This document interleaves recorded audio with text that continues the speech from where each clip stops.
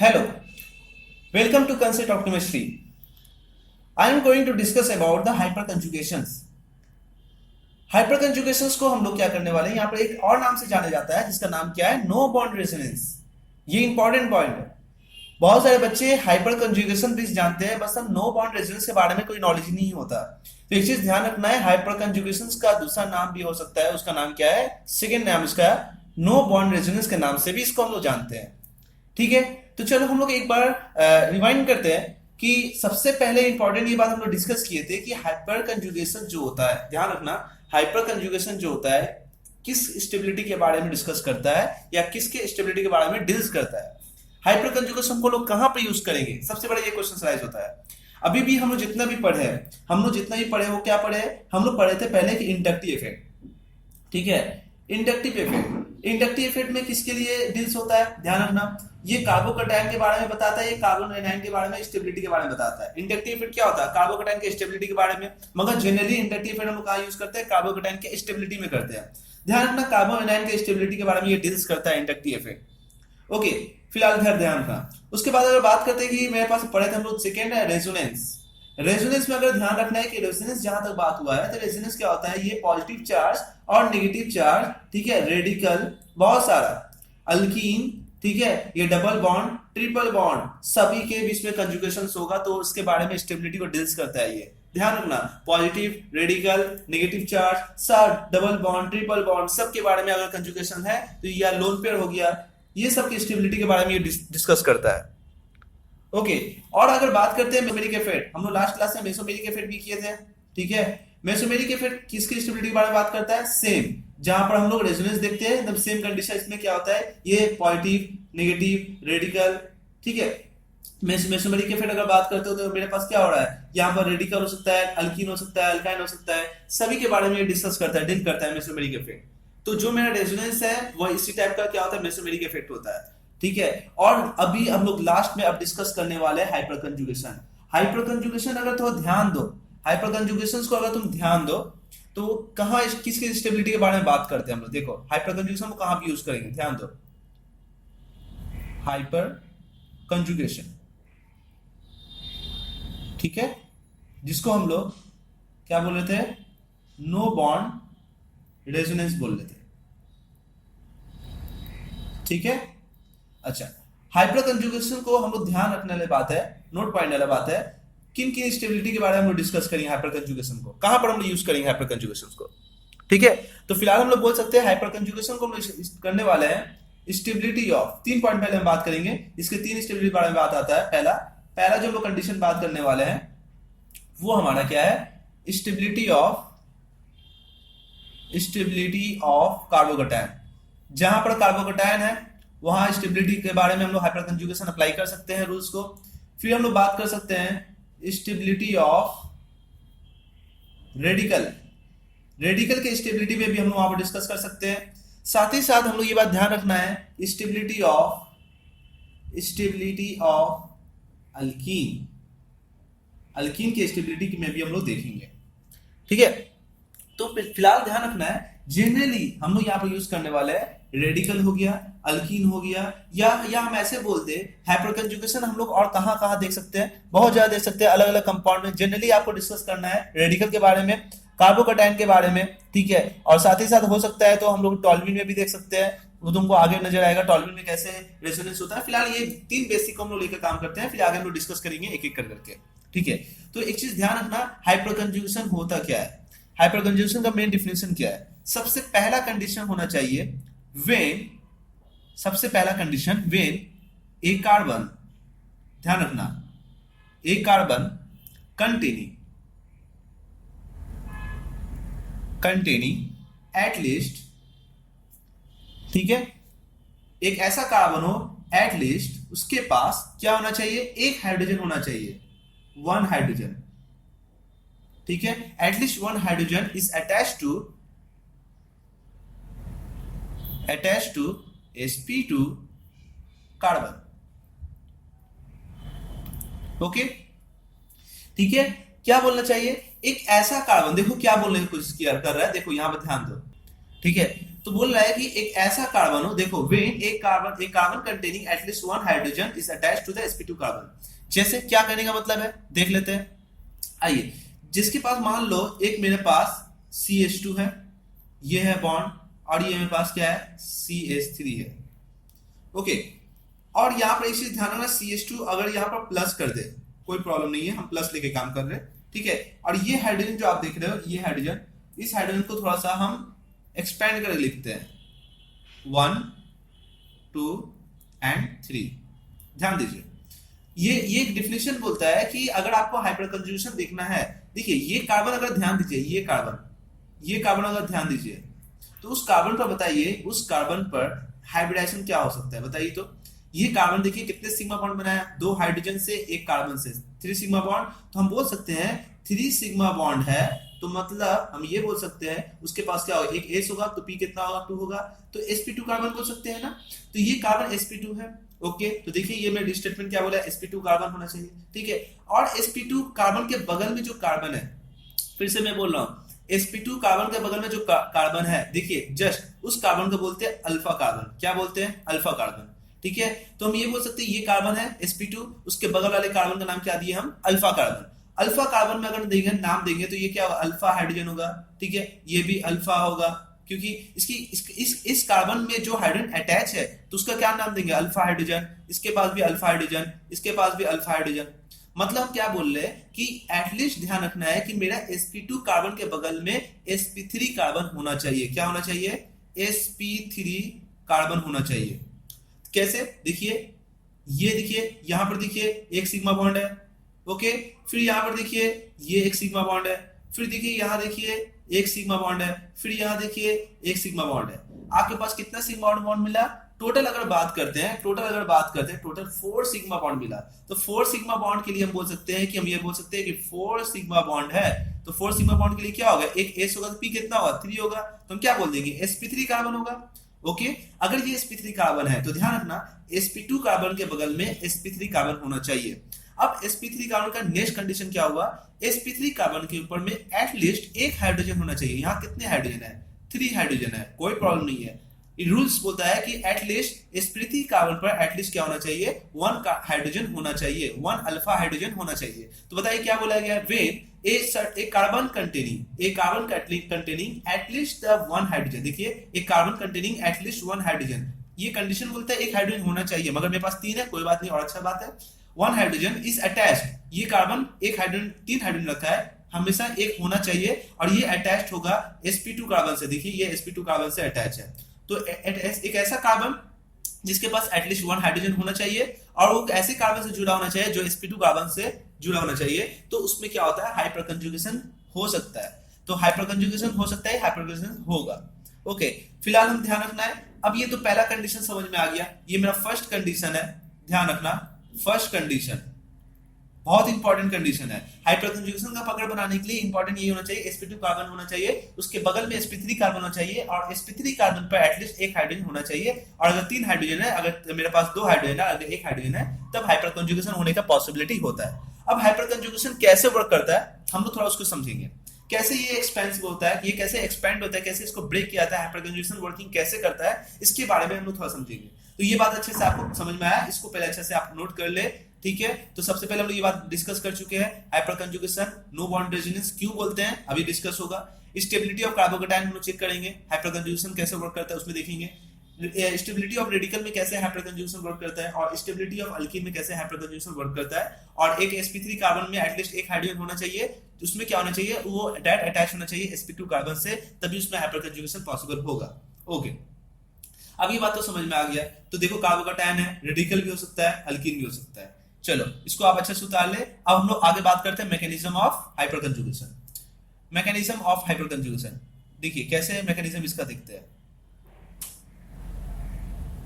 Mechanism of hyperconjugation या no bond resonance, no bond resonance मैं साथ साथ इसलिए लिख रहा हूं कि आपको समझ में आएगा कि इसका ओरिजिनल मीनिंग क्या है, नो बॉन्ड रेजोनेंस का ओरिजिनल मीनिंग क्या है, ओके। बात समझ में आया क्या बोल रहे हैं, तो इसको थोड़ा अच्छे से समझिए। ठीक है, ओके, आ जाइए। अब हम लोग बात करने वाले मैकेनिज्म क्या होता है इसका। चलिए समझिए मैकेनिज्म। अभी भी हम लोग बात किए, जैसे मान लो पहले हम लोग डिस्कस करना है हाइपर कंजुगेशन। हाइपर कंजुगेशन पहला हम लोग डिस्कस करने जा रहे हैं। हाइपर कंजुगेशन, हाइपर कंजुगेशन इन अल्कीन। अल्कीन में कैसे हाइपर कंजुगेशन होता है तो देख ले। हाइपर कंजुगेशन ऑफ अल्कीन कैसे होता है उसको ना थोड़ा समझ लेते हैं। ओके, अजय अल्कीन में पहले हाइपर कंजुगेशन देखते हैं। फिलहाल हम लोग ये बोल सकते हैं कि एक मान लीजिए एक मेरे पास अल्कीन है, जैसे मान लीजिए यहां पर मैं लिख रहा हूं C H double bond CH2, और साथ ही साथ ये कार्बन है, उसके ऊपर मैं 3 हाइड्रोजन को मैं एक्सपेंड करके दिखा रहा हूं। अब ध्यान रखना, ठीक है, अब ध्यान रखना। ध्यान क्या रखना है कि पहले ये ध्यान रखिए कि ये मेरे देखिए ये कार्बन देखिए कैसा है sp2। ओके, ये कार्बन देखिए ये भी कैसा है sp2, और ये कार्बन देखिए ये कैसा है sp3। एकदम अच्छे से देखें। अब ये बात बताइए कि यहां पर जो सिस्टमेटिक हो रहा है क्या हो रहा है, देखिए तो यहां पर हो रहा है sp2। देखिए इस sp2 के बगल में ये क्या है, sp2 है, मगर ये sp2 के इधर में कोई है sp3 है नहीं, तो मतलब ये हाइपर कंजुगेशन नहीं कर सकता। देखिए ये क्या है, ये देखिए sp2 है ना, sp2 के बगल में ये sp3 है ना, उसके पास sp3 कार्बन में एटलीस्ट कितना हाइड्रोजन होना चाहिए, एक हाइड्रोजन होना चाहिए, मेन कंडीशन है, मगर मेरे पास कितना है 3 हाइड्रोजन। बहुत अच्छा बात है। तो ये रेजोनेंस हो सकता है कि हाइपर कंजुगेशन इस हाइड्रोजन में देखने को मिलेगा, और इधर पॉसिबल नहीं है, इसलिए हम यहाँ पर डिस्कस नहीं कर डिलीट कर रहे। ओके, तो हाइपर कंजुगेशन का यहाँ पर अल्फा हाइड्रोजन मेरे पास कितना है, 3 अल्फा हाइड्रोजन है, और अल्फा हाइड्रोजन 3 होने की वजह से ये हाइपर कंजुगेशन इधर शो करेगा, इधर शो नहीं करेगा। क्यों? क्योंकि यहाँ पर इसके बगल में sp3 कार्बन नहीं है। ओके, तो फिलहाल हम बोल सकते हैं, हम यहाँ पर बोल सकते हैं नंबर ऑफ, मैं इसको थोड़ा डिलीट कर दूंगा, मैं नोट पॉइंट के तौर पर लिख रहा हूं, ठीक है, यहां पर लिखता हूं नंबर ऑफ अल्फा हाइड्रोजन। ध्यान दो, अल्फा हाइड्रोजन देखिए ये अल्फा है, ये भी अल्फा है, ये भी अल्फा है। क्यों? क्योंकि ये sp2 कार्बन के बगल में क्या है, अल्फा कार्बन है। कौन सा कार्बन है? Alpha carbon. ठीक है, तो इसको कितना, इस अल्फा कार्बन में कितने हाइड्रोजन है, 3 हाइड्रोजन है, उसी से अटैच है, इसलिए क्या बोलेंगे इसको, अल्फा हाइड्रोजन बोलेंगे। तो कितना है, 3 अल्फा हाइड्रोजन है। ओके, ये 3 अल्फा हाइड्रोजन आपको मिल गया। यहाँ अल्फा हाइड्रोजन है क्या, देखिए sp2 कार्बन के बगल में क्या sp3 है, नहीं है, तो यहाँ पर कोई अल्फा कार्बन नहीं है, तो अल्फा हाइड्रोजन भी नहीं होगा। ओके, अब देखिए इसको ब्रेक कैसे करते हैं, ब्रेक करने का तरीका तो समझिए। और मैं क्या करता हूँ, इसको मैं डिलीट कर देता हूँ, क्योंकि जब ब्रेक होगा तो आपको शायद समझ में नहीं आएगा। ओके, तो मैं इसको क्या करता हूँ, ब्रेक कर देता हूँ। ठीक है, मैं इसको डिलीट करता हूँ।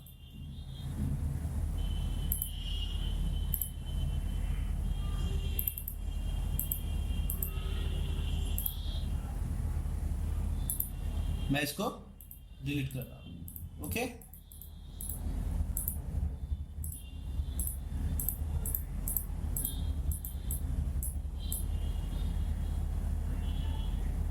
ओके, अच्छा, अब मेन पॉइंट आता है क्या, हाइपर कंजुगेशन कैसे होता है। अब ध्यान दीजिए, ये sp2 था ना, अल्फा हाइड्रोजन कितना था, 3 अल्फा हाइड्रोजन, मैंने बता दिया आपको। ये देखिए ये क्या करेगा, ये इधर ब्रेक करेगा। जब इधर ब्रेक करेगा तो क्या होगा, ये नेगेटिव चार्ज होगा, ये पॉजिटिव चार्ज होगा। तो देखो अल्कीन, तो आप लोग देखो अल्कीन कैसे ब्रेक किया, अल्कीन कैसे ब्रेक किया, इधर ब्रेक किया, ये नेगेटिव हो, ये पॉजिटिव हो जाएगा। अब पॉजिटिव होने का मेन कंडीशन क्या है, आपको बताया था कि पॉजिटिव कार्बोकेटायन के स्टेबिलिटी में बहुत हेल्पफुल होता है हाइपर कंजुगेशन, मगर अल्कीन में कैसे मिलता है, अल्कीन में ये क्या होगा, ये नेगेटिव अपने आप ब्रेक हुआ, ये पॉजिटिव अपने आप ब्रेक हुआ। कोई बच्चा बोल सकता है सर इधर भी तो ब्रेक हो सकता है, ये नेगेटिव ये पॉजिटिव, तो हाइपर कंजुगेशन नहीं हो सकता। क्यों नहीं होगा, रीजन बताएंगे, अभी बताएंगे, समझ में आएगा। पहले इसका मेन कंडीशन है, पहले उसको समझ लीजिए।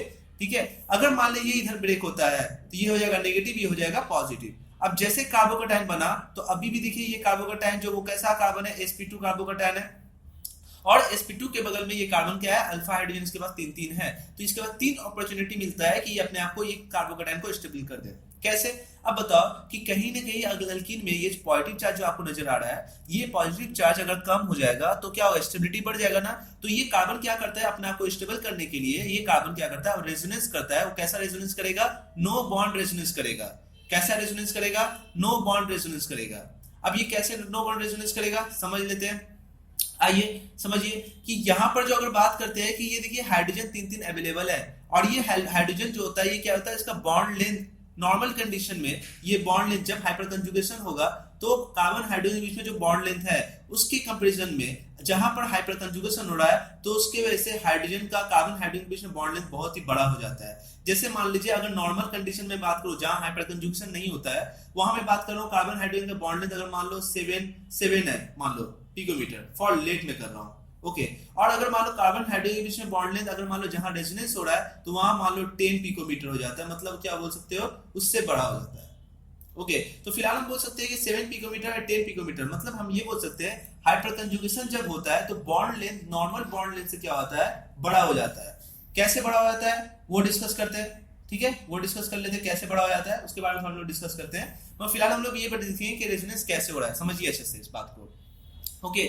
sp2 कार्बन है, ये प्लस है, तो क्या करता है ये देख रहे कार्बन, ये कार्बन का जो सिग्मा बॉन्ड है ये सिग्मा बॉन्ड ब्रेक कर जाता है। कैसे ब्रेक करता है, ये टूटता है H प्लस पे और ये टूटता है कार्बन माइनस में, और ये माइनस और प्लस में क्या होता है बॉन्ड बनना स्टार्ट होता है। अब जैसे ये इलेक्ट्रॉन का डेंसिटी कार्बन की तरफ शिफ्ट होता है बॉन्ड टूटने लगता है, जिसकी वजह से देखो अब ये बात बताओ, ये कार्बन है ना, ये तो बॉन्ड थोड़ा नेगेटिव है पॉजिटिव, और इसके बगल वाले जो कार्बन है वो sp3 कार्बन है, और उससे क्या करता है ये कार्बन इसके पास इलेक्ट्रॉन कम हो गया, देखिए इसके पास 6 इलेक्ट्रॉन है, देखिए आपसे इसे sp2 कार्बन का कितने इलेक्ट्रॉन है, 6 इलेक्ट्रॉन है, और 6 इलेक्ट्रॉन की वजह से क्या करता है ये बगल वाले कार्बन से हेल्प मांगता है कि आपके पास अगर मेरे पास इलेक्ट्रॉन का डेंसिटी तो दीजिए। तो ये बगल वाले कार्बन बोलते हैं मेरे पास तो पाई बॉन्ड है ही नहीं, मैं तो अगर पाई बॉन्ड होता तो रेजोनेंस कर लेता, मगर ये बोलता है मेरे पास अल्फा हाइड्रोजन है, और ये अल्फा हाइड्रोजन बहुत ही ज्यादा एसिडिक होता है, ये क्यों, क्योंकि इसमें रेजोनेंस करवा रहा है, ये बहुत ही मूवेबल होता है, और इसका बॉन्ड लेंथ अगर जहां हाइपर कंजुगेशन होता है तो ये बॉन्ड लेंथ ऑटोमेटिकली बड़ा हो जाता है, जिसकी वजह से बॉन्ड लेंथ बहुत ही बड़ा होने से वीक बॉन्ड हो जाता है। इसकी वजह से क्या बोल सकते हो कि ये बहुत ही इजीली H प्लस लॉस कर देता है,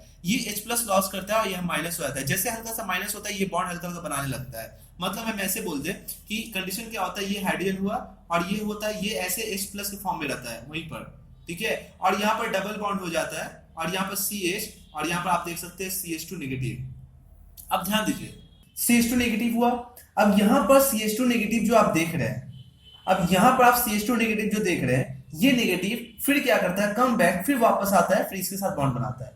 मतलब हम ऐसे बोल दें, फिर देखो इसका मेन पार्ट क्या है, इसका मेन आगे क्या होने वाला है, फिर ये बॉन्ड टूटता है, देखो ये बहुत ही कम टाइम में होता है, जो मैं ये बता रहा हूं जो प्लस चार्ज का डिलोकलाइज हो रहा है तो ये बहुत ही कम टाइम में होता है, इतना कम टाइम में होता है, बहुत ही फास्ट होता है। मतलब हम ये बोल सकते हैं ये नेगेटिव चार्ज है, फिर देखो यहाँ पर क्या होता है, फिर ये क्या होता है, ये फट से ये बॉन्ड टूटता है, इधर ये बॉन्ड टूटता है नेगेटिव, फिर ये पॉजिटिव, फिर ये बॉन्ड बना लेता है, मतलब क्या हो रहा है H और ये C, और यहाँ पर देखा फिर ये बॉन्ड बना लिया, और यहाँ भी H है, और साथ ही साथ CH डबल बॉन्ड CH2, फिर ये पीछे चला जाता है, मतलब सेम जैसे ये था फिर ऐसे बन गया। मतलब ये प्लस चार्ज आप देख रहे हैं, प्लस चार्ज अल्कीन का जो प्लस बन रहा है, देखिए ये प्लस चार्ज ये क्या कर रहा है, ये यहां से यहां फ्लो कर रहा है। मतलब हम ये बोल सकते हैं कि ये फर्स्ट से फिर ये बॉन्ड टूटता है, ये इधर टूटता है, ये इधर टूट रहा है ना नेगेटिव पॉजिटिव, और फिर क्या करे ये डबल बॉन्ड बना ले रहा है। मतलब हम ये बोलना चाह रहे हैं, ध्यान समझिए, ध्यान देखिए क्या होने वाला है, मैं इसको ब्रेक कर डिलीट कर देता हूं, ठीक है, ये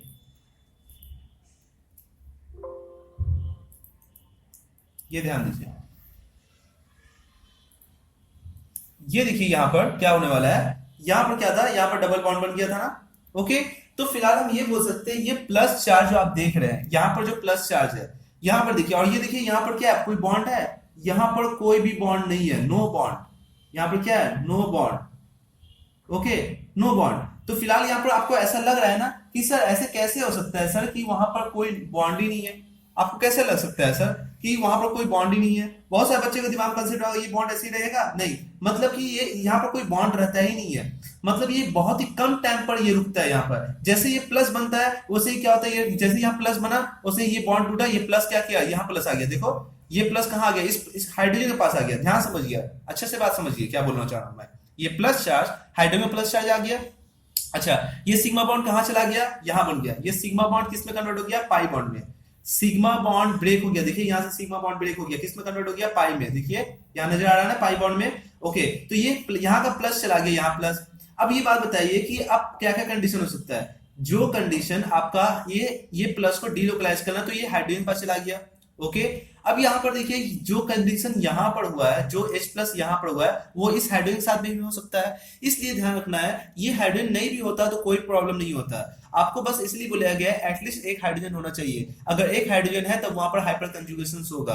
ओके, और अगर मेरे पास 2-3 हाइड्रोजन है तो और भी बहुत ही ज्यादा अपॉर्चुनिटी, बहुत ही बेस्ट है कि ये प्लस को और भी एक ऑप्शन मिलता है। ये कार्बोकैटायन को एक ही H प्लस में डीलोकलाइज होने का कंडीशन नहीं है। अब उसके पास दो हाइड्रोजन और एक्स्ट्रा है तो ये इधर इधर भी डीलोकलाइज हो सकता है, ये इधर भी डीलोकलाइज हो सकता है। मतलब हम क्या बोलना चाह रहे हैं, जो कंडीशन आप देख रहे हैं यहाँ पर एक हाइड्रोजन के साथ हुआ है, मतलब ये प्लस इस हाइड्रोजन के साथ गया है, तो ये भी तो बोल सकते हैं ये प्लस इसके साथ भी जा सकता है। मतलब आगे एक और क्या हाइपर कंजुगेशन स्ट्रक्चर बन सकता है। जैसे देख लीजिए, ये अगर टूटता तो प्लस ये माइनस होता, अब ये माइनस प्लस मिलकर बॉन्ड बना लेता, तो बताइए ये क्या हो रहा है, हाइड्रोजन ऐसे रह गया इस प्लस के फॉर्म में, और यहाँ पर कार्बन ये बॉन्ड बना हुआ है देखिए, और यहाँ पर देखिए डबल बॉन्ड, यहाँ पर देखिए CH2 नेगेटिव, ये भी तो पॉसिबिलिटी है, ये भी तो पॉसिबिलिटी है।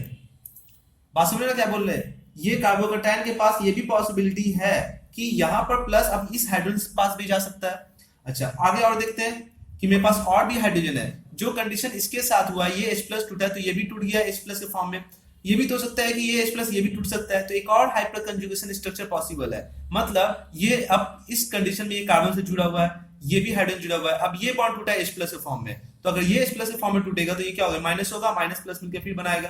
तो बताइए क्या ऐसा कंडीशन हो सकता है, बताइए हो सकता है ना। तो मतलब आप देख रहे हैं कि ये प्लस के पास 3 ऑप्शन है अपने कार्बोकैटायन को स्टेबलाइज करने का। मतलब ये कार्बन जो है ये क्या कर रहा है, प्लस चार्ज अपना 3 हाइड्रोजन पर डिस्पर्स कर रहा है। तो ये कार्बोकैटायन, अगर कार्बोकैटायन के पास जो प्लस चार्ज है, अगर ज्यादा हाइड्रोजन इसके बगल में ज्यादा कार्बन के पास अगर हाइड्रोजन हुआ तो इसके पास एक नया ऑप्शन मिलता है कि बहुत ही ज्यादा नंबर ऑफ हाइड्रोजन में वो डिस्पर्स कर सकता है। तो अगर ये प्लस जितना नंबर ऑफ हाइड्रोजन में डिस्पर्स करेगा उतने ज्यादा प्लस चार्ज इसके पास कम होगा, जिसकी वजह से इसके पास स्टेबिलिटी उतना गेन होगा।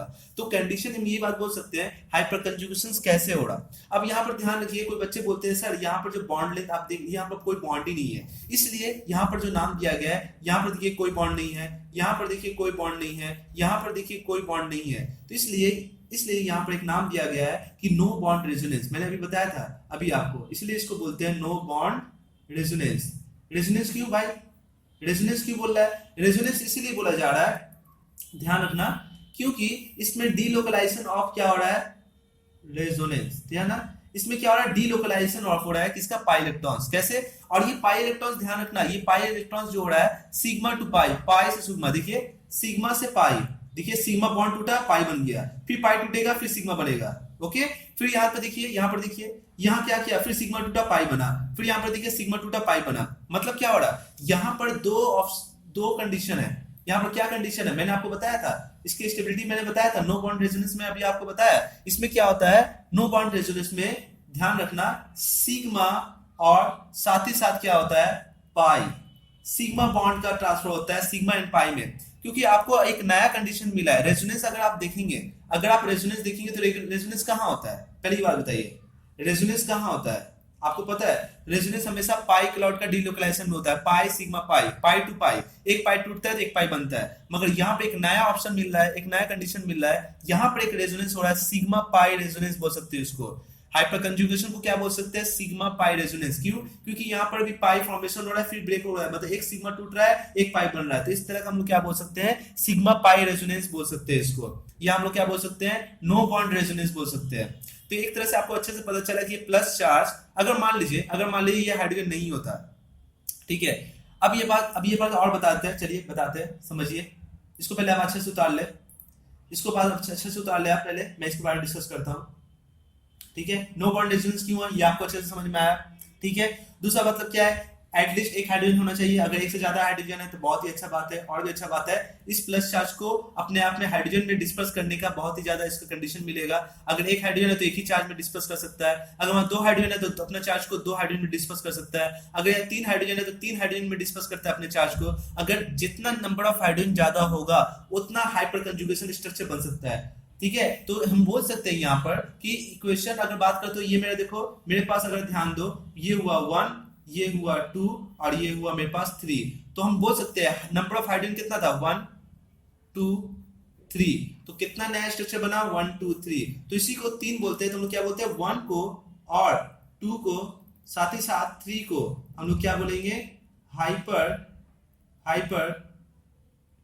कंजुगेशन, ठीक है, ठीक है, हाइपर कंजुगेशन स्ट्रक्चर्स बोलते हैं इसको, ठीक है, जैसे रेजोनेटिंग स्ट्रक्चर बोलते हैं ना, इसलिए बोलते हैं hyperconjugation structure.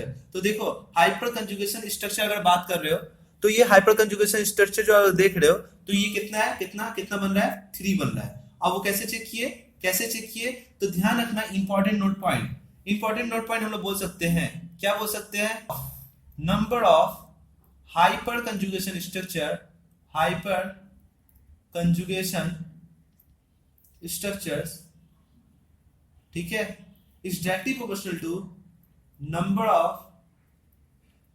Of hydrogen, number of alpha hydrogen, ऐसे कर लो, नंबर ऑफ अल्फा हाइड्रोजन, ठीक है। अल्फा हाइड्रोजन मतलब हो गया मेरे पास कि कितना होगा, जितना अल्फा हाइड्रोजन होगा उतना तुमको number of hyperconjugation structures मिलेगा। अदरवाइज नंबर ऑफ हाइड्रोजन कम होगा तो हाइपर कंजुगेशन स्ट्रक्चर तुमको कम मिलेगा, ठीक है। बात समझ में आया? या हम लोग ऐसे बोल सकते हैं, number of alpha hyperconjugation structure is directly proportional to, क्या बोल सकते हैं, number of hydrogen attached to sp3 carbon. sp3 carbon पर जितना नंबर ऑफ हाइड्रोजन होगा उसके बेसिस पर हम लोग क्या करेंगे, उतना number of hyperconjugation structure मिलेगा। अभी भी हम लोग देखे 3 अल्फा हाइड्रोजन था, अभी भी हम लोग देखे क्या, 3 अल्फा हाइड्रोजन है तो हाइपर कंजुगेशन स्ट्रक्चर कितना मिला, 3। क्यों, इस प्लस को 3 हाइड्रोजन में डिस्पर्स करने का चांस मिल रहा है, जिसकी वजह से इसमें ज्यादा स्टेबिलिटी मिलेगा। तो जैसे हम लोग का रेजोनेटिंग स्ट्रक्चर जितने ज्यादा था तो उतने ज्यादा स्टेबिलिटी मिल रहा था, तो इसलिए ध्यान रखना जितना number of hyperconjugation structures होगा तो हम क्या बोल सकते हैं, number of hyperconjugation structures, hyper conjugation structure जितने ज्यादा होंगे उतने क्या मिलेगी उसको, स्टेबिलिटी मिलेगी, ठीक है। अब स्टेबिलिटी किसी का भी हो सकता है, चाहे वो अल्कीन का हो, चाहे वो मेरा रेडिकल का हो, चाहे मेरे पास कार्बोकैटायन का हो। मेन सबसे पहले इंपॉर्टेंट यही बात आपको समझना है, ओके। बात समझ में क्या बोल रहे हैं, तो ये सबसे इंपॉर्टेंट पॉइंट है, आप इसको नोट कर सकते हैं, ओके। तो number of hyperconjugation structure जितने ज्यादा होंगे स्टेबिलिटी उतनी ही ज्यादा मिलेगी आपको, ओके। बात समझ में आया? तो यहां पर एक चीज का ध्यान दीजिए। अब आते हैं थोड़ा सा ऑर्बिटल डायग्राम को समझते हैं, ठीक है। ऑर्बिटल डायग्राम को तो समझते हैं, अच्छा से समझिए।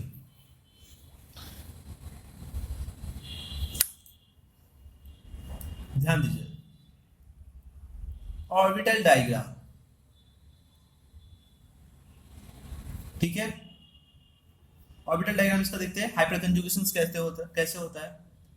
पहले बात बताइए, अभी भी बताया था, ये कार्बन था, उसी का एग्जांपल ले रहे हैं, यहाँ भी कार्बन था, यहाँ सिग्मा बॉन्ड था, यहाँ पर एक हाइड्रोजन था और यहाँ पे एक हाइड्रोजन था, ठीक है।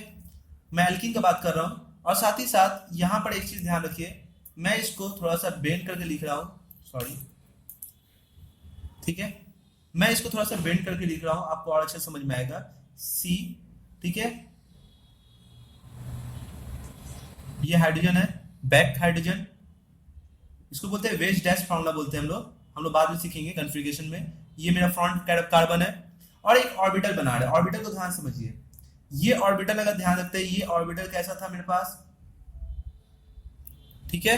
ये सिग्मा है, ये सिग्मा बॉन्ड है, ये हाइब्रिड ऑर्बिटल बना देता हूं मैं, क्योंकि यहाँ सिग्मा था, CH3 था ना, तो मैं हाइब्रिड ऑर्बिटल बना लेता हूं।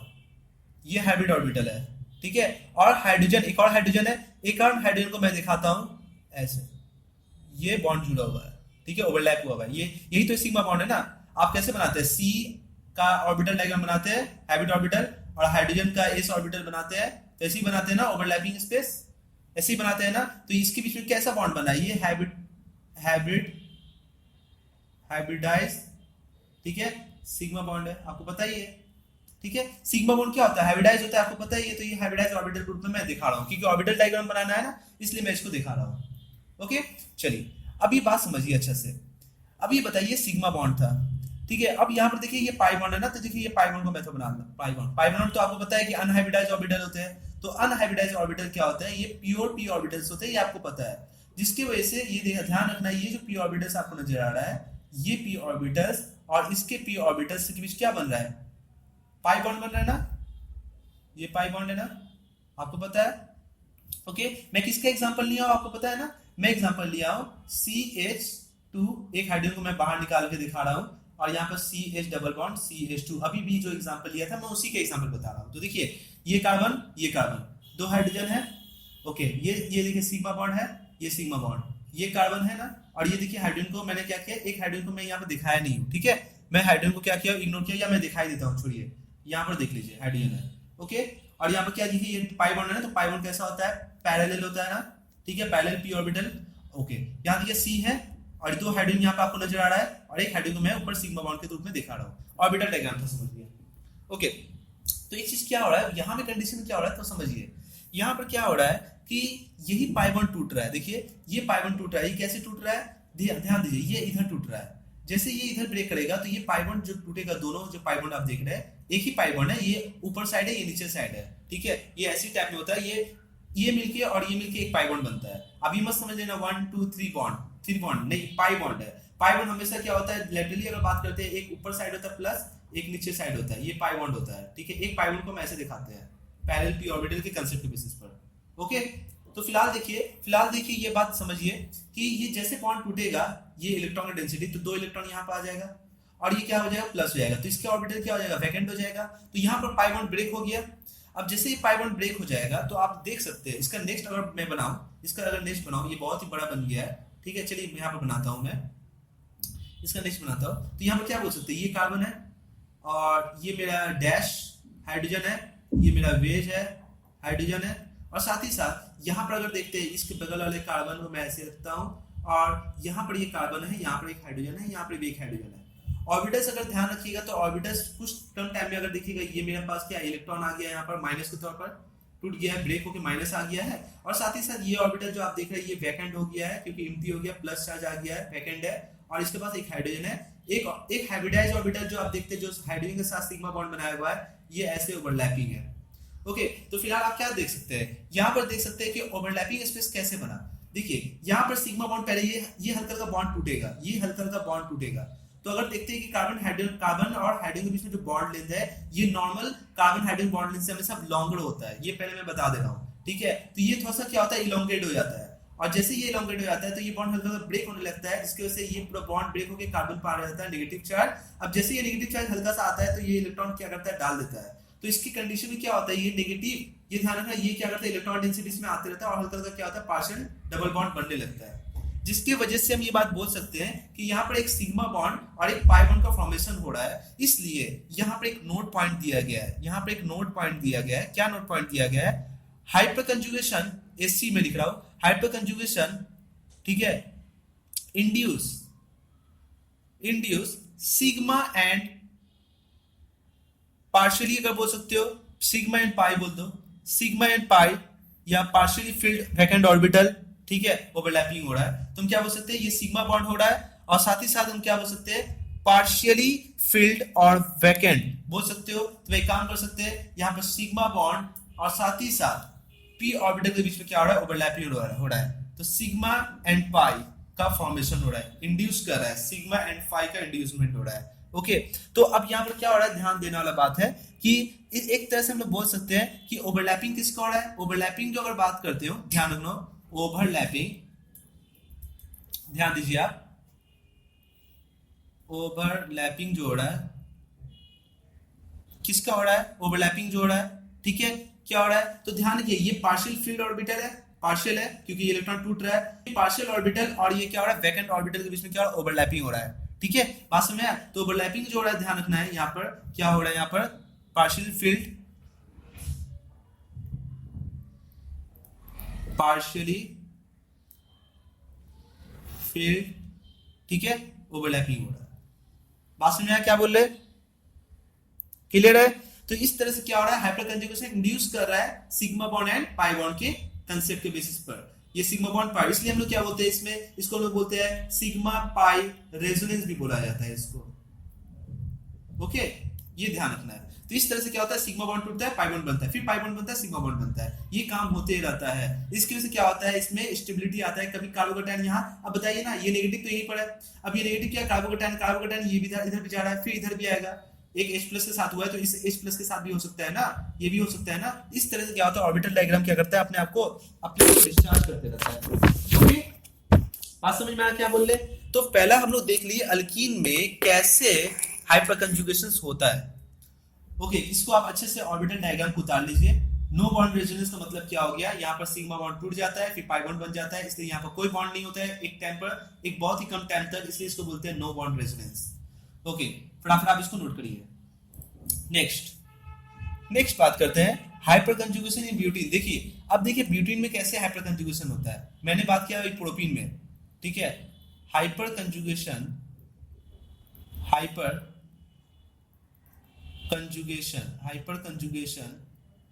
इन ब्यूटीन, ठीक है। ब्यूटीन में हाइपर कंजुगेशन कैसे होता है उसको समझिए। जैसे एग्जांपल नंबर ले ले ब्यूटीन का, CH3 CH2 CH double bond CH2। अब ध्यान दीजिए, आपको बस फाइंड करना है। अब आपको फाइंड करना है कि हाइपर कंजुगेशन कितना होगा। तो हाइपर कंजुगेशन स्ट्रक्चर्स आपको ध्यान रखना है। कोई भी कंपाउंड जितना नंबर ऑफ हाइपर कंजुगेशन होता है उसके पास उतनी स्टेबिलिटी आती है। ओके, बात समझ में आ क्या बोल रहे हैं। तो बताइए, अब हम फिर से बताते हैं, समझिए अच्छे से। बताइए, क्या यह sp2 कार्बन है? तो ओके, हाँ सर है। क्या ये sp2 कार्बन है? ओके है। क्या ये sp3 कार्बन है? ओके, ये भी है। और ये भी sp3 कार्बन है। ओके, ये है। अब एक काम करते हैं, मेरे पास ये sp2 के बगल में क्या इधर में sp3 कार्बन है, तो हाइपर कंजुगेशन तो इधर हो ही नहीं सकता, तो इस कार्बन में हाइपर कंजुगेशन मत देखना। अच्छा, फिर अगर बात करते हैं हाइपर कंजुगेशन, अगर बात करते हैं, ये देखिए sp2 कार्बन है, इस sp2 कार्बन के बगल में क्या ये sp3 कार्बन है? हाँ है। तो sp3 कार्बन में एटलीस्ट कितने हाइड्रोजन है? 2 अल्फा हाइड्रोजन है। तो बताइए, अल्फा कार्बन हो गया, और ये अल्फा कार्बन के बगल में कितने हाइड्रोजन है? 2 अल्फा हाइड्रोजन है। तो हम बोल सकते हैं कितना है इसके पास? 2 अल्फा हाइड्रोजन है, ठीक है। अगर 2 अल्फा हाइड्रोजन है तो बच्चे क्या करते हैं, ये अल्फा sp3 कार्बन के बगल में ये और sp3 कार्बन है उसको भी काउंट कर लेते हैं, जो कि नहीं होगा। बस अल्फा कार्बन पर मैंने बोला, मैंने बीटा कार्बन पर नहीं बताया। बताइए, अल्फा कार्बन पर sp2 कार्बन के बगल में जो अल्फा कार्बन है उसमें 2 अल्फा हाइड्रोजन है, मगर इसके बगल में जो बीटा कार्बन है, बीटा कार्बन में 3 अल्फा हाइड्रोजन, 3 बीटा हाइड्रोजन है। हमको हाइपर कंजुगेशन हमेशा अल्फा हाइड्रोजन में होता है, बीटा हाइड्रोजन में नहीं होता। क्यों नहीं होता? क्योंकि उसका उतना स्ट्रेंथ नहीं होता कि ये H+ निकाल सके। मगर अल्फा कार्बन पर पास एक अपॉर्चुनिटी होता है कि बगल वाले कार्बन इसके ऊपर डिपेंड करता है, उसके ऊपर इफेक्ट डालता है कि आप H+ को लॉस करो। तो ये इसके बगल वाले sp2 कार्बन के बगल में जो अल्फा कार्बन है उस पर प्रेशर डाल सकता है, मगर ये काफी डिस्टेंस हो गया, इसलिए बीटा कार्बन पर H+ नहीं निकलना पॉसिबल नहीं होता। इसलिए ध्यान रखना, बीटा कार्बन पर हाइड्रोजन नहीं निकलता, तो यहाँ भी हाइपर कंजुगेशन नहीं होगा। तो कहने का मतलब क्या हो गया? कहने का मतलब यही हो गया, हाइपर कंजुगेशन जो होने वाला है, हाइपर कंजुगेशन जो होने वाला है वो कहाँ होगा? सिर्फ और सिर्फ अल्फा हाइड्रोजन में होगा, मेरे पास बीटा हाइड्रोजन में नहीं होगा। ओके, चलिए तो ब्रेक करते हैं। बताइए, 2 अल्फा हाइड्रोजन है ना, तो बताइए रेजोनेटिव हाइपर कंजुगेशन स्ट्रक्चर भी कितना बनेगा? 2 ही बनेगा। कैसे बनेगा? चलिए बताते कैसे बनेगा, आइए समझिए। बताइए, ये किधर टूटेगा? इधर टूटेगा, फिर ये नेगेटिव ये पॉजिटिव होगा। अब जैसे ये पॉजिटिव होगा तो ये पॉजिटिव अगर क्या हो, डिस्पर्स होगा इसके हाइड्रोजन में। तो देखिए, मैं हाइड्रोजन को ऐसे बनाता हूँ, मैं हाइड्रोजन को थोड़ा ऐसे बनाता हूँ, ध्यान दीजिए, ध्यान से देखिएगा। मैं हाइड्रोजन को ऐसे बनाता हूँ, ध्यान दीजिए। ये हाइड्रोजन को मैं हटा दे रहा हूँ, ठीक है। और इसको मैं हाइड्रोजन के फॉर्म में लिख रहा हूँ, एक हाइड्रोजन यहाँ पर है, एक हाइड्रोजन यहाँ पर है, हाइड्रोजन के फॉर्म में लिख रहा हूँ, और आपको अच्छे से समझ में भी आएगा। एक बार प्रैक्टिस हो जाएगा तो हम लोग डायरेक्ट कर सकते हैं, ठीक है। एक अगर प्रैक्टिस हो जाएगा तो हम लोग डायरेक्ट कर सकते हैं। कैसे कर सकते हैं डायरेक्ट? देख लीजिए। बताइए कि ये H+ है ना, अब ये H+ आएगा तो ये बॉन्ड टूटेगा, ये H+ टूटेगा, ये माइनस टूटेगा ना, ये सिग्मा बॉन्ड किसमें? पाई बॉन्ड में कन्वर्ट होगा ना। तो बताइए क्या होने वाला है? बताइए, तो बताइए यहाँ पर क्या होगा? CH3 होगा, यहाँ पर ये हो जाएगा C, यहाँ पर H+ होगा, नो बॉन्ड है, यहाँ पर हाइड्रोजन ऐसे बनाइएगा, यहाँ पर डबल बॉन्ड बनाइएगा, और ये CH, और ये क्या हो जाएगा? CH2+। जो चीज इस हाइड्रोजन के साथ हुआ है वो इस हाइड्रोजन के साथ भी हो सकता है। अब क्या होगा? नेक्स्ट हाइपर कंजुगेशन स्ट्रक्चर आपको बनाना है, तो आपको क्या करना है? कुछ नहीं करना। फिर इसको H+ तोड़िए और इसको शिफ्ट कराइए, और फिर इसको इसके साथ बनाइए। तो आप क्या कर सकते हैं? ये एक टाइम में नहीं होता, ठीक है। तो पहले बताइए क्या होगा? ये फिर जुड़ जाएगा इसके साथ, ये कार्बन, ये हो जाएगा CH3। अब यहाँ पर H+ ऐसे हो गया, ठीक है, ये डबल बॉन्ड बना रह गया, और ये हो गया CH2। ये मैं डायरेक्ट यहाँ से बना रहा हूँ, यहाँ से यहाँ नहीं बना रहा हूँ, मैं डैड यहाँ से यहाँ बना रहा हूँ, बात समझ में आ क्या बोले, जो यहाँ से यहाँ बनाए H प्लस निकाल के ये यहाँ से यहाँ कंडीशन हुआ, वो H प्लस यहाँ से यहाँ भी कंडीशन हो सकता है। ओके, तो फिलहाल हम बोल सकते हैं, अब बताइए इसके पास कितने हाइड्रोजन थे, 2, एक H प्लस ये टूट के ये पाई बॉन्ड बना लिया और फिर H प्लस टूट के पाई बॉन्ड बना लिया। ये काम होते रहता है बहुत ही कम टाइम तक, बहुत ही कम टाइम में ये काम होते रहता है, ठीक है। और यहाँ पर क्या होगा, ये नेगेटिव चार्ज बनेगा, ठीक है। बात समझ में आ क्या बोल रहे हैं, यहाँ पर क्या होगा, नेगेटिव चार्ज आएगा, यहाँ पे नेगेटिव चार्ज आएगा। तो जो काम प्लस इस हाइड्रोजन के साथ जा रहा था वो इसके साथ जाएगा, तो ये H प्लस के फॉर्म में रहेगा और ये पाई बॉन्ड बन जाएगा।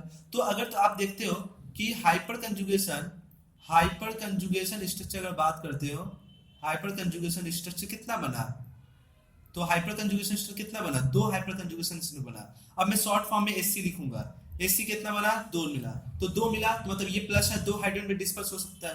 अच्छा, अब एक काम करते हैं, तो हाइपर कंजुगेशन स्ट्रक्चर के बेसिस पर मैं अगर स्टेबिलिटी के बारे में बताऊं तो आप बताइए इसमें कितने हाइपर कंजुगेशन स्ट्रक्चर था, 1 2 3 हाइपर कंजुगेशन स्ट्रक्चर था। और इसी को इंक्लूड करिएगा, इसको साथ में इंक्लूड करिएगा तो 1 2 3 हाइपर कंजुगेशन स्ट्रक्चर बना। इसको अगर काउंट करिएगा तो कितना बनेगा, टोटल 4 होगा। अच्छा, अगर हम यहाँ पर बात करेंगे कि मेरे पास न्यू हाइपर कंजुगेशन स्ट्रक्चर यहाँ कितना बना था, बताइए यहाँ पर 1 2, एक हाइपर कंजुगेशन स्ट्रक्चर ये बना, एक हाइपर कंजुगेशन ये बना, दूसरा हाइपर कंजुगेशन ये बना, तो 1 और 2, उसमें कितना था, 3 था। तो सबसे ज्यादा स्टेबल कौन होगा, प्रोपीन एंड ब्यूटीन में। अगर हम बात करेंगे प्रोपीन एंड ब्यूटीन में सबसे ज्यादा कौन स्टेबल होगा, प्रोपीन स्टेबल होगा। बात समझ में आया, क्यों, क्योंकि हाइपर कंजुगेशन स्ट्रक्चर क्या है, ये स्टेबिलिटी ऑर्डर है। ऐसे हम लोग देखते हैं stability order of alkene, propene में हाइपर कंजुगेशन स्ट्रक्चर ज्यादा होने की वजह से स्टेबिलिटी ज्यादा है किसी कंपेयर में, ब्यूटीन के कंपेयर में। अच्छा, अब थोड़ा और बताइए, अब मैं थोड़ा जल्दी पकड़ता हूँ, आपको अब समझ में आ गया, हाइपर कंजुगेशन स्टेबल दिखाना समझ में आ गया, कैसे दिखाएंगे। अच्छा, अब हम लोग देखने वाले हैं, ध्यान दीजिए, हाइपर कंजुगेशन इन, मान लो एक ऐसे एग्जांपल ले लेता हूं, ऐसे यहां पर हाइड्रोजन है, ठीक है, CH डबल बॉन्ड CH2 ऐसा है। तो अगर आप बोलिएगा कि इसमें सर, इसमें देखिए ये sp2 है ना, ये sp2 है ना, ये बॉन्ड इधर टूटेगा, ये नेगेटिव होगा, ये पॉजिटिव होगा ना। अब ये प्लस क्या होगा, इधर डिलोकलाइज होगा। अब ये प्लस डिलोकलाइज होगा तो ये हाइड्रोजन एक ही, इस कार्बन के पास देखिए अल्फा कार्बन है और इस कार्बन के पास एक ही हाइड्रोजन है, जो कि यहाँ पर आपको नजर आ रहा है। ये देखिए मिथाइल ग्रुप है, ये भी मिथाइल हाइड्रोजन नहीं है, ये मिथाइल ब्रेक नहीं कर सकता, सिर्फ और सिर्फ क्या होगा, हाइड्रोजन ब्रेक होगा। तो अब इस कंडीशन के बेसिस पर क्या होगा, ये सिग्मा बॉन्ड इधर पाई बॉन्ड में शिफ्ट होगा। ओके, तो देखिए एक नया स्ट्रक्चर पॉसिबल मिलेगा, जो क्या होगा, CH3 C डबल बॉन्ड, ये H प्लस ऐसे रहेगा और यहाँ पर आपका मिथाइल ग्रुप होगा, साथ ही साथ यहाँ पर CH ग्रुप और सिंगल बॉन्ड, और यहाँ पर क्या होगा आपका CH2 नेगेटिव। तो आप क्या बोलेंगे, आप यही बात बोलेंगे कि मेरे पास क्या हो रहा है कि अब एक ही अल्फा हाइड्रोजन है, तो उसके पास एक ही रेजोनेटिंग हाइपर कंजुगेशन स्ट्रक्चर मिलेगा। तो हाइपर कंजुगेशन स्ट्रक्चर का बात करते तो कितना मिलेगा, 1 ही मिलेगा, इसलिए स्टेबिलिटी क्या हो जाएगा, घट जाएगा। तो अगर स्टेबिलिटी का ऑर्डर लिखेंगे अकॉर्डिंग टू कंसेप्ट, अभी हम बात करेंगे स्टेबिलिटी का ऑर्डर अगर मैं लिखूं हाइपर कंजुगेशन के बेसिस पर, तो आप क्या बोलेंगे, प्रोपीन जो है सबसे ज्यादा स्टेबल होगा, फिर उसके बाद ब्यूटीन होगा, ठीक है, और इसका नाम क्या आ जाएगा, 1 2 3 4, ठीक है, इसका नाम क्या होगा, 1 2 3 4। तो ये मेन चैन यही हो गया ना, तो 3 मिथाइल ब्यूटीन, क्या नाम होगा, 4 कार्बन है, 3 मिथाइल ब्यूटीन। मतलब आप हाइपर कंजुगेशन के बेसिस पर आप फाइंड कर सकते हैं कितना मेरे पास हाइपर कंजुगेशन स्ट्रक्चर होगा, तो उतना ज्यादा आपको स्टेबिलिटी मिलेगा। अब एक क्वेश्चन उठता है कि हाइपर कंजुगेशन इन आइसोब्यूटीन में कैसे दिखेंगे, आइसोब्यूटीन कैसे दिखेंगे, चलिए देख लेते हैं, उसमें देख लेते हैं, ठीक है। ऐसे से आपको बनाने बोलेगा, बना के आपको नहीं देगा, हो सकता है आपको आइसोब्यूटीन बोल दे। तो यहां पर हम लिखने वाले हैं हाइपर कंजुगेशन इन आइसोब्यूटीन का स्ट्रक्चर कैसा होगा, देख लीजिए। देखिए यहाँ पर एक हाइड्रोजन है, यहाँ पे एक हाइड्रोजन है, मैं पूरा एक्सपेंड करके दिखा रहा हूँ कि आपको बहुत अच्छे से क्लियर हो, ठीक है। ये डबल बॉन्ड और ये पास CH2, ये मेरे पास आइसोब्यूटीन है। आइसोब्यूटीन का स्ट्रक्चर आप जानते हैं ना कैसे होगा, ये कार्बन कार्बन हो गया CH2, एक यहाँ पर क्या हो गया CH3 और यहाँ पर क्या हो गया CH3, देखिए दो कार्बन है आइसो, और ये कितना carbon 1 2 3 4 butene, iso butene. Okay, अब देखिए आइसो ब्यूटीन में अगर अच्छे से ध्यान दीजिए तो हम क्या बोल सकते हैं, देखिए ये कार्बन देखिए sp2 कैसे दिखिएगा, सिग्मा बॉन्ड 1 2 3, तो 3 सिग्मा बॉन्ड है, तो 3 सिग्मा बॉन्ड होगा तो आप क्या बोलेंगे ये कैसा sp2 कार्बन है, और sp2 कार्बन के बगल में जो कार्बन है वो कितने कार्बन है, sp3 कार्बन है, और ये देखिए sp3 कार्बन है, उसके पास हाइड्रोजन अल्फा हाइड्रोजन कितना है, अल्फा हाइड्रोजन कितना है, 3 अल्फा हाइड्रोजन है। अगर 3 अल्फा हाइड्रोजन है तो बताइए हाइपर कंजुगेशन कितना हो सकता है। अच्छा अब बताइए sp2 कार्बन के बगल में ये sp2 कार्बन है, तो ये भी अल्फा हाइड्रोजन है, अल्फा कार्बन है, और ये देखिए इसके डैट अटैच है, ये भी कैसा है, अल्फा कार्बन है। तो बताइए अल्फा हाइड्रोजन कितना हुआ, बताइए इसके पास भी तो 3 हाइड्रोजन है, इसके पास भी तो 3 हाइड्रोजन है, बात समझ में आ क्या बोल रहे, जैसे ये कार्बन के बगल में ये अल्फा कार्बन था, इसी के डैट अटैच है, ये भी अल्फा कार्बन है, तो यहाँ भी कितना 3 अल्फा हाइड्रोजन है, यहाँ भी 3 अल्फा हाइड्रोजन है, तो 3 3 6, तो हम क्या बोलेंगे 6 अल्फा हाइड्रोजन है। तो बताइए हाइपर कंजुगेशन स्ट्रक्चर कितना बनेगा, 6 हाइपर कंजुगेशन स्ट्रक्चर मिलेगा, जिसके वजह से ये सबसे ज्यादा स्टेबल नजर आएगा, सबसे ज्यादा स्टेबल नजर आएगा। बना के देखा है, चलिए बना के दिखाते हैं इसका हाइपर कंजुगेशन स्ट्रक्चर कैसे बनाते हैं। आइए मैं थोड़ा छोटा छोटा लिख रहा हूं, आपको अच्छे से क्लियर नजर आएगा। H H H, ये कार्बन डबल बॉन्ड CH2, ये कार्बन इसके पास भी 3 हाइड्रोजन। ओके अब देखिए एक एक करके मैं बना रहा हूं, ठीक है, ये बॉन्ड टूटेगा इधर तो नेगेटिव ये पॉजिटिव, अब ये पॉजिटिव देखिए ये अल्फा कार्बन है, ये भी अल्फा कार्बन है, ये प्लस अगर बात करते हैं ये प्लस इधर भी जा सकता है इस हाइड्रोजन के पास, इस हाइड्रोजन साथ, इस हाइड्रोजन के साथ, तो ये देखिए इस कार्बन के बगल में ये भी अल्फा कार्बन है, तो इसके साथ हाइड्रोजन साथ जा सकता है, इसको डिलोकलाइज कर सकता है, इसके साथ डिलोकलाइज कर सकता है। तो पहला जो हम बात करने वाले हैं, पहला जो बात करने वाले देखिए ये पहले हो गया H प्लस, और ये हो गया कार्बन, सॉरी जब मैं H प्लस दिखा दूं तो वहां पर दिखाने की दरकार नहीं है बॉन्ड, क्योंकि वो ब्रेक हो चुका है, ठीक है, ये डबल बॉन्ड, ये हो जाएगा CH2 नेगेटिव। ओके, और यहाँ पर ध्यान रखना है ये हाइड्रोजन वैसा का वैसे ही रहेगा। जब आप इस हाइड्रोजन के साथ दिखाएंगे, अब इस हाइड्रोजन के साथ दिखाएंगे तो एक और हाइपर कंजुगेशन स्ट्रक्चर बनेगा, देखिए H प्लस, ये कार्बन अब ये जुड़ जाएगा इसके साथ, डबल बॉन्ड CH2 नेगेटिव, और इस कार्बन से ये कार्बन है, यहाँ भी एक हाइड्रोजन होगा, ये एक हाइड्रोजन और एक हाइड्रोजन। चलिए एक और बनाते हैं हाइपर कंजुगेशन। अब इस हाइड्रोजन के साथ अगर देखते हैं तो ये अब जुड़ जाएगा, ओके, ये H प्लस, समझ में आ रहा है क्या बोल रहे हैं, हाँ बात को समझो अच्छे से, ये हाइड्रोजन वैसे का वैसे ही रहेगा। अच्छा अगर मैं बात करूं इस हाइड्रोजन के वजह से बात करूं तो बताइए ये वैसे ही का वैसे रहेगा, अब ये वैसे का वैसे रहेगा, और यहां पर अगर बात करते हैं, ठीक है, अब इस कार्बन के साथ डबल बॉन्ड, क्योंकि ये जब H प्लस होगा तो ये माइनस होगा, कोई भी ले लीजिए, मैं अगर जो मैं ब्रेक किया हूं उसको उसके बारे में अगर डिस्कस करते हैं, इसके बारे में बात करते हैं, ठीक है, तो ये अब जुड़ जाएगा, ये H प्लस होगा तो ये माइनस होगा, और माइनस प्लस मिलकर न्यूट्रलाइज हो जाएगा, और ये माइनस ही रहेगा, मतलब ये कार्बन डबल बॉन्ड हो जाएगा। अब यहाँ पर H है, यहाँ भी H है, अब यहाँ पे H प्लस हो गया, एकदम सेम, बात को समझिए, ये माइनस ही रहेगा। अगर बात करते हैं इस हाइड्रोजन के लिए मैं बात कर रहा हूँ, तो अब बात करते हैं ये ऐसे वैसा का वैसा ही रहेगा, और ये डबल बॉन्ड ये हाइड्रोजन वैसे का वैसा रहेगा, ये H प्लस वैसे हो जाएगा, बात समझ में आ रहा, और ये हो जाएगा CH2 नेगेटिव और ये डबल बॉन्ड। ओके, एक और हाइपर कंजुगेशन स्ट्रक्चर पॉसिबल है इस हाइड्रोजन की वजह से, देखिए मैं यहाँ बना देता हूँ, ये हाइड्रोजन वैसे का वैसे ही रहेगा,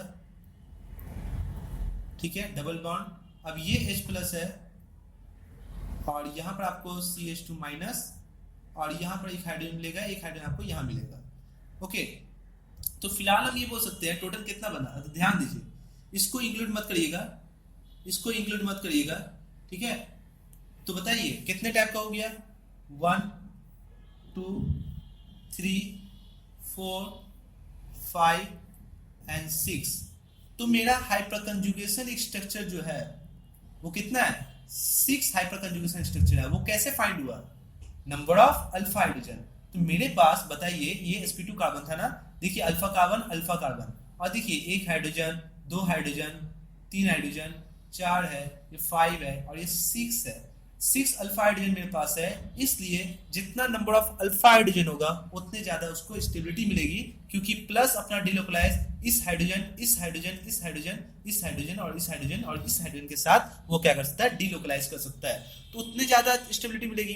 तो जितना हाइड्रोजन अल्फा हाइड्रोजन रहेंगे उतना कार्बन के प्लस चार्ज को अपने आप को अपॉर्चुनिटी मिलेगा, वो अपने आप को क्या कर सकता है, प्लस चार्ज को डिक्रीज कर सकता है। ओके, बात समझ में आ रहा क्या बोल रहे हैं? तो इस तरह से मेरे पास क्या हो सकते हैं, इतने हाइपर कंजुगेशन बना सकते हैं। और मैं जो इतना बॉन्ड बना रहा हूँ ना, इतने बॉन्ड बनाने का दरकार नहीं। अब देखिए मैं कैसे डायरेक्ट करता हूँ, ठीक है। अब मैं देखिए मैं कैसे डायरेक्ट करता हूँ, ध्यान दीजिए, आइए, ठीक है। अब मैं बात करने जा रहा हूँ, ध्यान दीजिए, आइसोब्यूटीन हो गया। अगर मैं आपसे ये क्वेश्चन पूछ दूं, बताइए इसमें कितना अल्फा हाइड्रोजन पॉसिबल है? जैसे मान लीजिए, बताइए, मैं ऐसे लिखता हूं,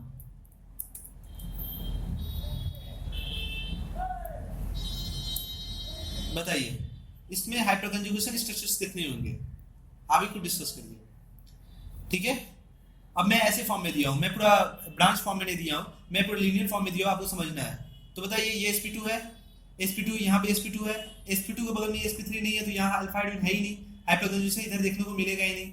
इस sp2 के बगल में देखिए ये अल्फा कार्बन, इसमें एक ही अल्फा हाइड्रोजन है, नजर आ रहा है आपको, तो उसको हाइपर कंजुगेशन स्ट्रक्चर कैसे बनाइएगा?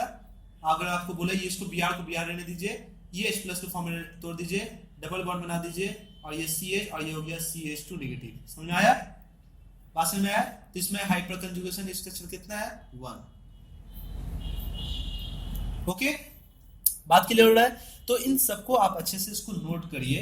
इस हाइपर कंजुगेशन स्ट्रक्चर को एक एक कर करके आप वीडियो को पॉज कर लीजिए, और वीडियो को पॉज करके अच्छे से उतार लीजिए, ठीक है।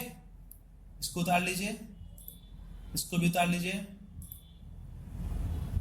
और इसको भी उतार लीजिए। ओके।